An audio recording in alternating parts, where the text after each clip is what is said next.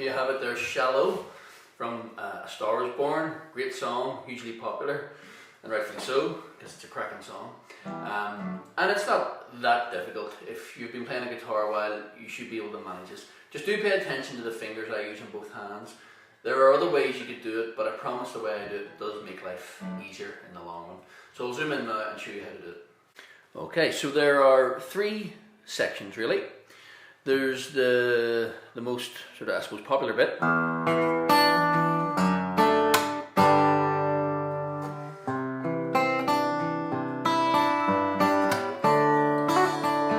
Which you play as an intro and as a verse in between the verses. And then the chorus in A minor, where we're just strumming fairly straightforward chords. There's also a sort of bridge in the middle where it moves to B minor. We need to look at, that's the 3rd component. So there's 3 bits you're going to have to learn. By far and away the most frequently used is this. E minor 7, D over F sharp, G, C, add a little 9th in there, to G, D, another little ornament which you can throw in when you feel like it, and back to the start. So let me show you exactly how that works. You have an E minor 7 here. If you were to strum E minor 7, you would have this, like an E minor chord, and add this D note. Because we're finger picking and we're being more selective with what we're doing down in our right hand, we can be more selective what we're doing with our left hand. And all you actually need is string 4 fret 2 with finger 2, that's important, and string 2 fret 3 with a little finger. Now there are other ways you could do this, but I think they're going to make life harder in the long run. So the best choice is definitely finger 2 for string 4 fret 2 and little finger for string 2 fret 3. Okay, now the first sort of half a bar roughly is going to be this: 6th string, 4th string, 2nd string, 3rd string. And then there's a change we need to talk about. So now what I do is thumb, thumb, middle, index. And that's simply 1 and 2 and. Okay, so fairly straightforward. Okay. Okay, now we're going to move briefly to this is a D slash F sharp. If you've never seen a slash chord before, what that means is really a D with an F sharp in the bass. When you see those slash chords, that's what that means. Now, because of the way I've changed the fingers, you may not instantly recognize this as a D slash F sharp, but that's what it is. These notes are still there, just using different fingers, and then I've got finger 1 free to hit that F sharp in the bass. It makes more sense, doesn't it? Because my little finger from our first chord stays still. This finger that was on 4th string 2nd fret just comes up to 3rd string 2nd fret. It doesn't have very far to travel, and then finger 1 is free to get on this 6th string 2nd fret F sharp. So you have string 6 fret 2, kind of don't worry about the 5th, 4th string open, 3rd string 2nd fret in there, and 2nd string 3rd fret here. And that's it. All you have is the 1, 2 quavers there. You hit the 6th string on its own, and then I'm hitting just 2 and 3. Put that all together, you'll get 1 and 2 and 3 and then I do a little hit. You don't have to, but those hits help me. I like to have them there, you know. 1 and 2 and 3 and 4 and. So we need to get our very last chord here on the last quaver of the bar, and it's just G, 6th string 3rd fret. Forget about the others there. 3rd string open, 2nd string 3rd fret, and again thumb, index, middle. Fairly straightforward. So it's really just a hit, and then you play this as a block chord. All together, 1 and 2 and 3 and 4 and 1 and 2 and 3 and 4 and then we're into our C chord there. So do you see what happens? There's a second bar there where literally nothing happens. You just let the G ring right the way through it.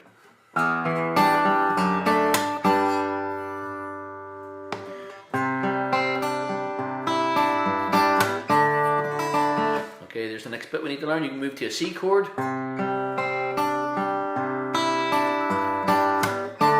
I suppose you're playing on every quaver again. I play this a little bit different, I think, every time I play it, but we could do something along the lines of a good old-fashioned C. Now we've got to get this little finger on the D note again, suspended ninth chord, sus9 we end up with. So string, again, a wee bit different every time we do it, but strings, let's say string 5, string 3, string 2, fret 1, then add the little finger, string 2, fret 3. 1 and 2 and... That's half the bar, okay? I'll probably hit another C. Then it's on beat 3. 1 and 2 and 3 and 4. You gotta get that first string open in as well. 1 and 2 and 3 and 4. And that's probably a better way to do it there actually.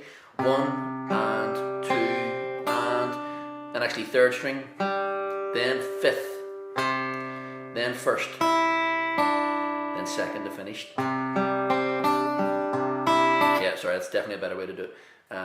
1 and 2 and 3 and 4 and.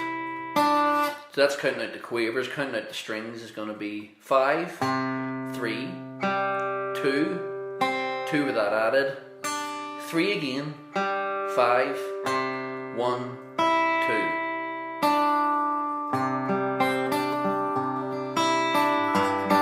A little bit more to go. You then go to this G again. Probably keep your little finger there down this 6th string, 3rd fret, back to that G, just like before. Although now you separate the two notes. Let me just check.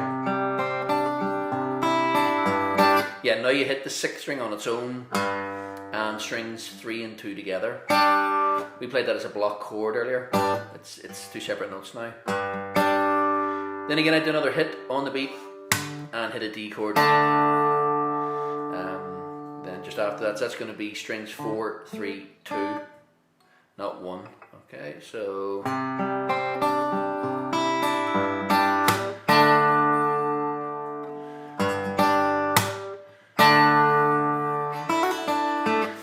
Then on string 1 you have open, 2, open, you know, hammer on and pull off.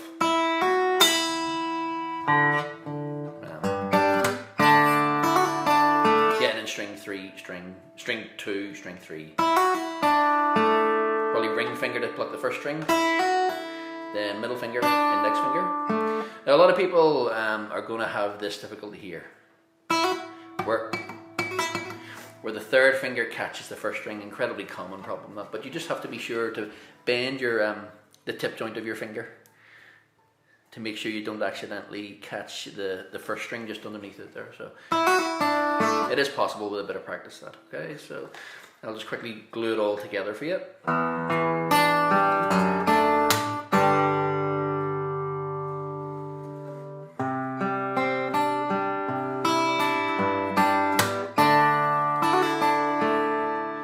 Literally it, back to the start. And then you use that same progression over and over again through the verse and between verses. And I suppose during the singing you could maybe simplify it a little. There's no need to add or those little ornaments when the singing's happening. During the vocals I might just play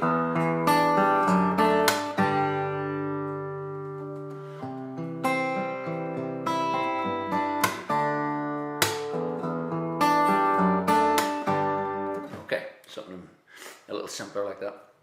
Then you have the chorus. It's all quite straightforward from this point on. And the chorus is A minor to D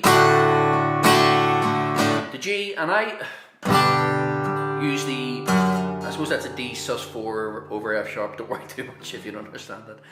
It's where you keep these two fingers on the first two strings from the G and hit an F sharp in the bass. What you're actually doing is sort of moving to a D sus4 with an F sharp bass there. Some people will go.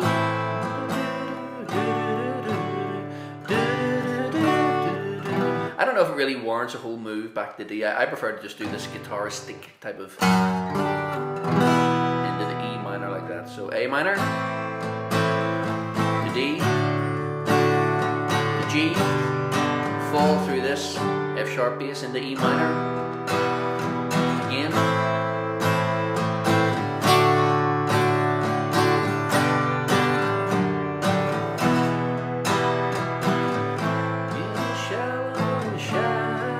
I think it's going to be 4 times in total through that, but you just repeat over and over again. There's then that's pretty straightforward. There's then this sort of bridge where it moves briefly to B minor. So B minor to D, A major, E minor, B minor, D, A, and then there's this side step from the A major to the parallel minor, back to A minor again, and that's back into the chorus. One last wee thing is, of course, because you're finger picking during the verse, you're not going to have a plectrum in your hand, so you kind of no choice but to just strum with your fingers. But do try and get that rhythm right, that sort of poppy Charleston type of rhythm where you play 1, 2 and 3. That's 1 and 2 and 3 and 4 and 1 and 2 and 3 and 4 and. Pretty obvious. We do that all the time, don't we? So they're the two heavy beats. But you'll fill that out with a.